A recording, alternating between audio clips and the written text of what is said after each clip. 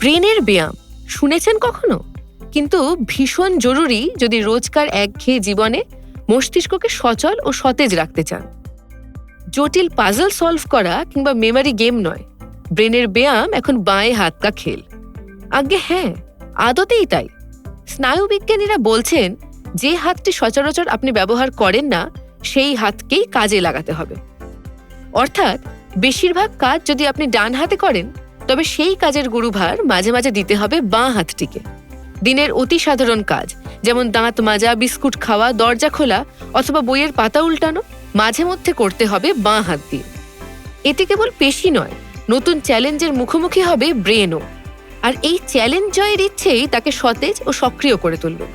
তবে যারা লেফটি অর্থাৎ যে কোনো রকমের বড় কাজের জন্য বাঁ হাত ব্যবহার করে থাকেন তারা এই ব্যায়াম করবেন উল্টো হাত অর্থাৎ ডান হাত দিয়ে।